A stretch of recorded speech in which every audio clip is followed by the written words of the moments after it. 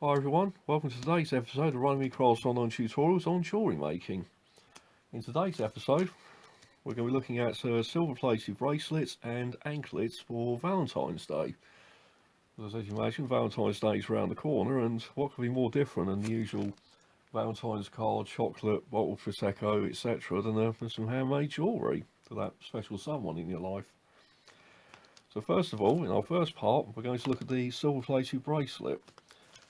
Items needed will be our silver plated chain. Now, from our regular viewers, you'll remember this from the silver plated charm necklace I made in episode 2.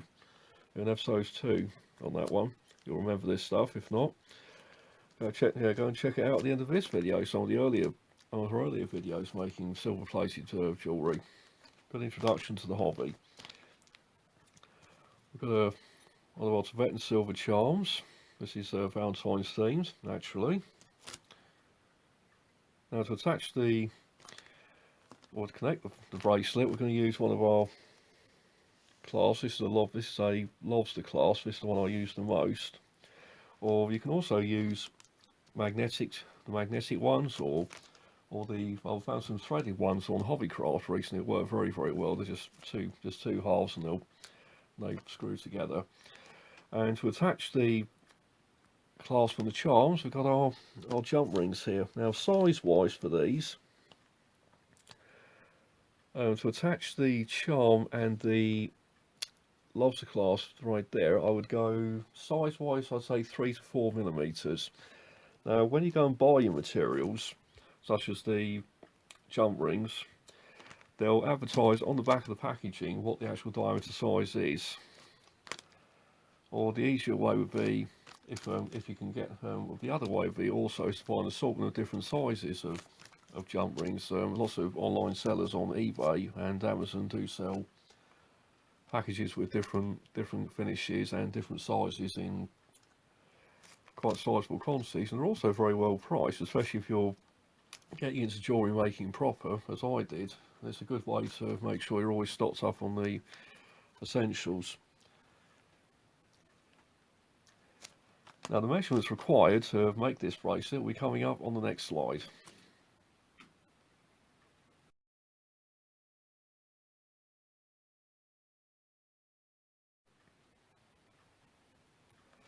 Now we've got our measurements. Now we can get started. Now, the tools you'll need will be, so we've got our 2 pairs of long nose jewellery making pliers. These come in most starter sets, and they're also available from online sellers as well, quite cheaply. Tape measure to measure out the length of chain. This one we have here was already pre-measured out before I started recording today. Now, to separate the chain, if you haven't seen any of our earlier episodes on this subject, Let's show you here with a off-cut of chain. A little closer. So we've got you can see, I don't know if you can see, you can really see it. But that's the link there, and if that was very clear here on the camera here, but you can just see there's a little tiny cut there at the top, and to separate the chain from the length you've just measured out, you put the chain link in between the 2 pairs of pliers, so one in your left hand, one in the right, and just gently pull them apart like that. So, yeah, I think that's starting. Yeah, it's just starting to come. It's just starting to go now. You can just see in the shadow there. You can just see where it's just starting to open up. Now, the key to remember with this is to obviously hold both pair of pliers very firmly to make sure it doesn't slip, because in some cases some of the links can get damaged if the pliers do slip. So you can just see, yeah, I think you can see that there that's where it's opened up. So once that link's open, you just take the length of chain off, which you're going to use for your project, and The open link, you can just keep that to one side, because they're also a good alternative for if you haven't got any jump ring stands. You can always use those chain links as an alternative. So now we can start putting our necklace together. Bracelets.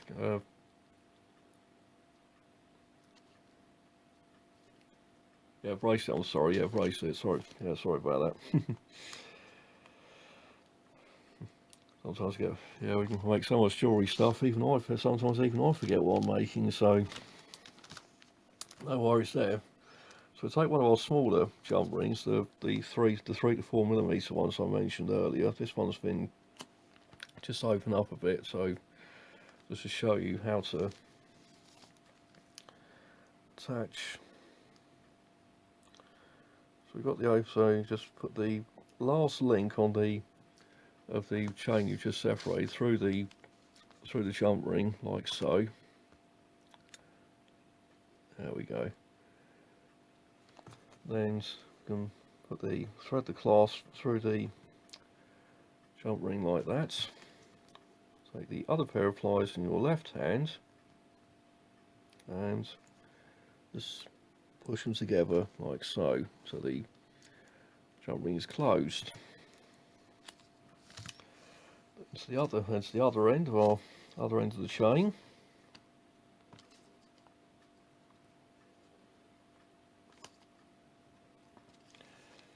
The larger one, so take it in between your thumb and forefinger, then into one pair of pliers.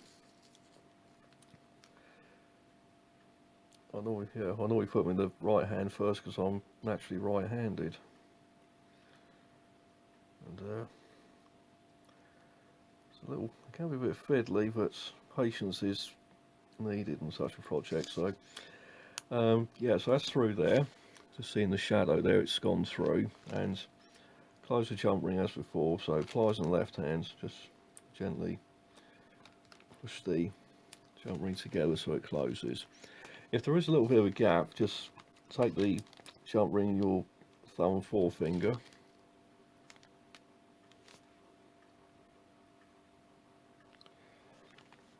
like so, and then just give a tiny squeeze. And if it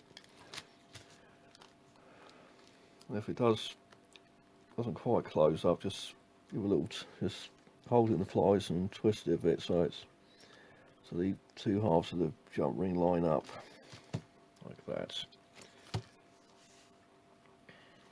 And to join the two halves of the bracelet, just close the clasp like so. If you prefer not to use the clasp for this one, when you measure out your length of chain, I would replace these parts here with some extra links of chain. Maybe maybe sort of start with maybe 2 or 3 to begin with. Then just sort of try it on and then adjust it accordingly. So just add or take out a few more. So it's a good fit. So it just sort of so you can just slip it over your hand rather than trying to put it on your wrist and trying to attach the clasp. That's why I normally go with the magnetic ones for bracelets, because they're so much easier. But if you'd rather do away with the clasp, that's fine. As I said before, just add some extra little length of chain to make it long enough to go right over your hand. So there's our bracelet, and now to attach our charm. So the same as before. There it is. Attach the jump ring. So same size before as the one used to attach the loz clasp, 3 to 4 millimeter. Thread it through the charm, or you could even just sort of make a break in the chain. I'd just thread it through, or you could attach it with the jump ring, whichever. It's all yeah, sort of you can always decide on the day, or even better, just thread you can either thread it through one of the links here, or just open up the jump ring just a little bit more, and then just rest the chain on the yeah, just sort of rest it there. Or I think on this one we'll just yeah, we'll just put it through there. Close it up.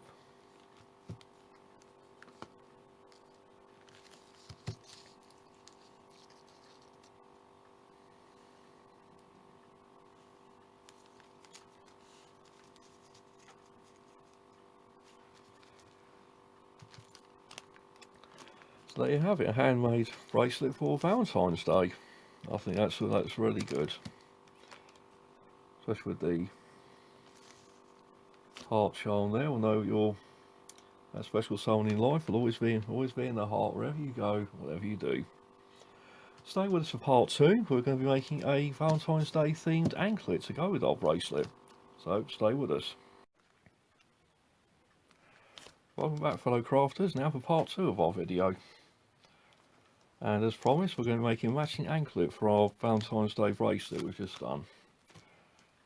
So same materials as before, length of chain, charm, 3 jump rings, same size as before, so the one for the clasp and for the charm 3 to 4 mil, and 5mm for the one that the clasp will go into. Thanks for anklets coming up next.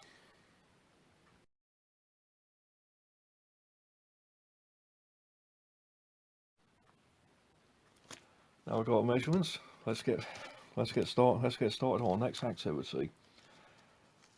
So once your length of chain has been cut to the correct length, this as before has been pre-done.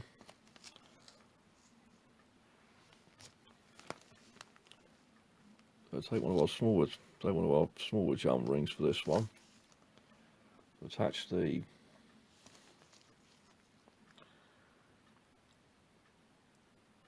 clasp to the chain. So just best way to do is hold the pliers in your right hand and the length of chain in your forefinger and thumb. It's easier. So that's the sort of jump ring is in position and tied our clasp. So same as before. Obviously, the lobster one, or the threaded, or the magnetic, or if you feel more comfortable, just do away with the clasp altogether and just add some extra lengths of extra length of chain there, just to make it easy enough just sort of to slip over your foot and your ankle. This is the first anklet I've ever made. I've seen it a lot in my jewellery making books. I've seen it mentioned, but I've never actually made one before. So this is a first for me.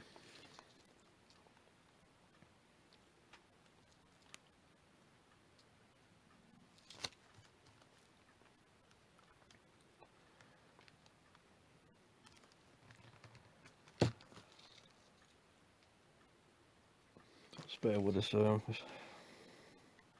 quite get that. Yeah, didn't quite get a good purchase on that length of chain there. So, there we go. It's coming now.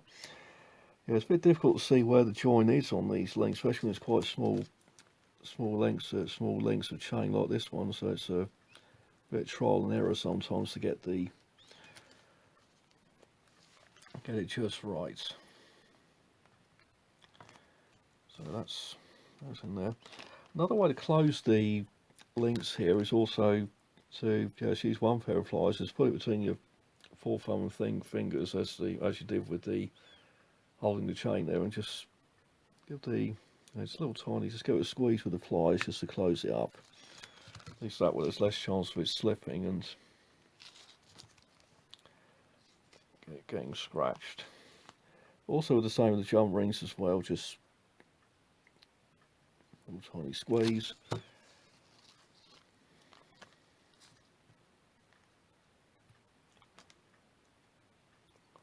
Okay, so that's the main part of the anklet done.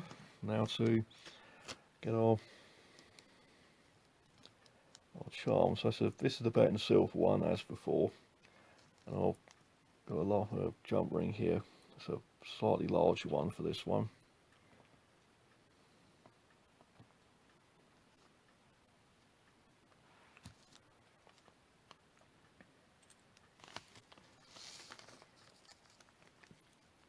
so we can just, we've got a bigger jump ring, so we can just lay the chain there in the middle of the jump ring, and as with our pliers, just push it all together.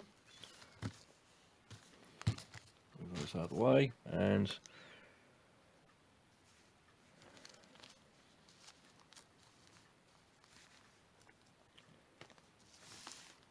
so there we have it.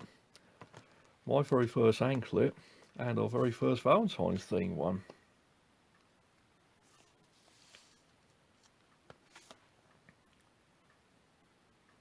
Chosen the moon for this one. For the age-old saying of "I love you to the moon and back," or "Fly me to the moon." I can't remember who did that song, but if anyone remembers who sung that song, "Fly Me to the Moon," please leave a comment on the channel, because my music knowledge isn't as very good as my craft knowledge sometimes.